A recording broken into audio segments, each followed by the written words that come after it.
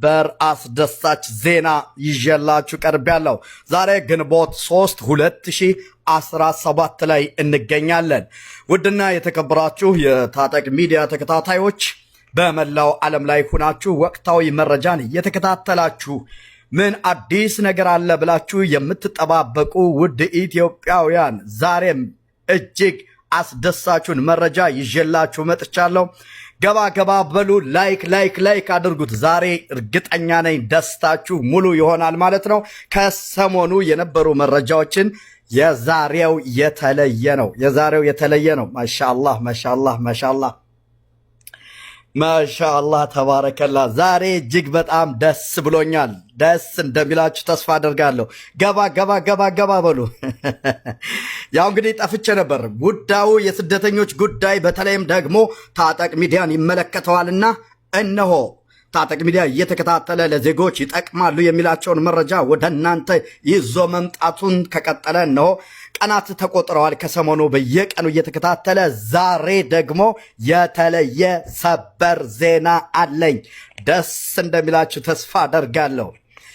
ግንቦት 3 2017 ላይ እንገኛለን።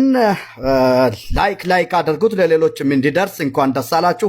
ወደ ዋናው መረጃ ልግባላችሁ። በጉጉት እየተጠባበቃችሁ ለነበረው የሳውዲ አረቢያ የምህረት አዋጅ እነሆ በመንግስት ኦፊሻል በሆነ መንገዱ በይፋ ተገልጿል። እንኳን ደስ አላችሁ። ይሄ ብቻ ሳይሆን የተሰጠው የጊዜ ገደብ ደግሞ እጅግ የሚያንበሻብሽ ነው። ገንዘብ የለኝም ለሚሉት እንኳ እየሰሩ ኢቃማቸውን የሚያወጡበት ጊዜ ያለ ይመስላል። ይህ ማለት እየሰራችሁ ክፈሉ አይደለም።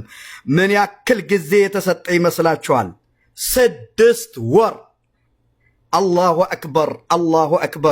6 ወር። እስከ 6 ወር ድረስ ዜጎች ረጋ ሰከን ብለው ገንዘባቸውን ጠርቀምቀም አድርገው እንኳን ደስ አላችሁ።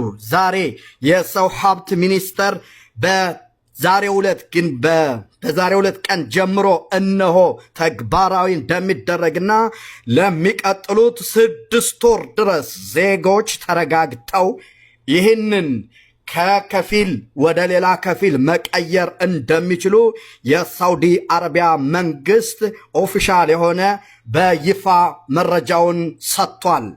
ይህም በዚህ አጋጣሚ በሰጠው መግለጫ መሰረት ከዛሬ ጀምሮ ለሚቀጥሉት 6 ወር የሰራተኞችን ከሚፈልጉት ስፖንሰር መቀየር የሚችሉ መሆኑን ገልጾ በተለይም ደግሞ ከማስታወቂያው ቀን በኋላ ከዛሬ ጀምሮ ማለት ነው ስፖንሰሩ ቢበልቅበት ማስተካከል አይቻልም።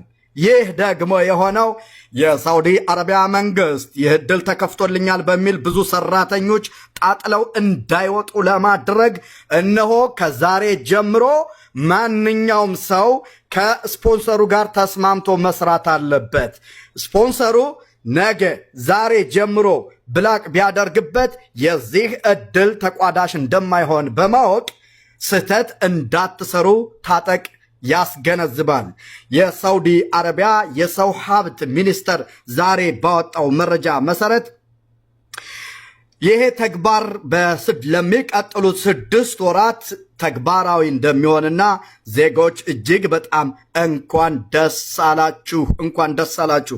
በእነዚህ ጊዜያት ውስጥ ብዙ ችግሮችን መቅረፍ የምንችል መሆኑን እየገለጽኩ በተለይም ከዚህ ቀደም በግምት እስከ 60 ቀን 90 ቀን ሊሆን ይችላል ብለን የነበረው ከጠበቅነው በላይ 6 ወር ተሰጥቶናልና ዜጎች እንኳን ደስ አላችሁ። ታጠቅ እጅግ በጣም ተደስቷል። ይህና በተለይም ደግሞ አሁንም በዜጎች ጉዳይ ላይ ያሉ አንዳንድ ችግሮችን ለመፍታት ከሚመለከተው አካል ጋር በአላህ ፈቃድ በነገው ዕለት ታጠቅም ከቆንስላ ከፍተኛ አመራሮች ጋር ጥያቄዎቻችሁን ዜጎች ያሉ ችግሮችን ለማቅረብ ዝግጁ ነኝ። በዚህም በተደጋጋሚ ከምትሰጡኝ አስተያየቶችና ታጠቅን ከሚገጥሙት ተግዳሮቶች መካከል ብዙዎችን ለማቃለልና ለመፍታት እድል አገኛለሁ ብዬ ተስፋ አደርጋለሁ። በተለይም ደግሞ የማገኛቸውን መረጃዎችና ደግሞ የናንተ ከዜጎች ያሉ ችግሮችን ለሚመለከተው አካል በማቅረብ ችግሮቹ የሚቃለሉበትን ነገሮች ወደ 11 ነጥቦችን እንግዲህ አዘጋጅቻለሁ። ተጨማሪ ምናልባት በዜጎች በኮመንት አሁንም እነዚህን ጥያቄዎች ዜጎች አንገብጋቢ ናቸው ስለዚህ ብትሉና ለሁሉም ህግን በተከተለ መንገዱ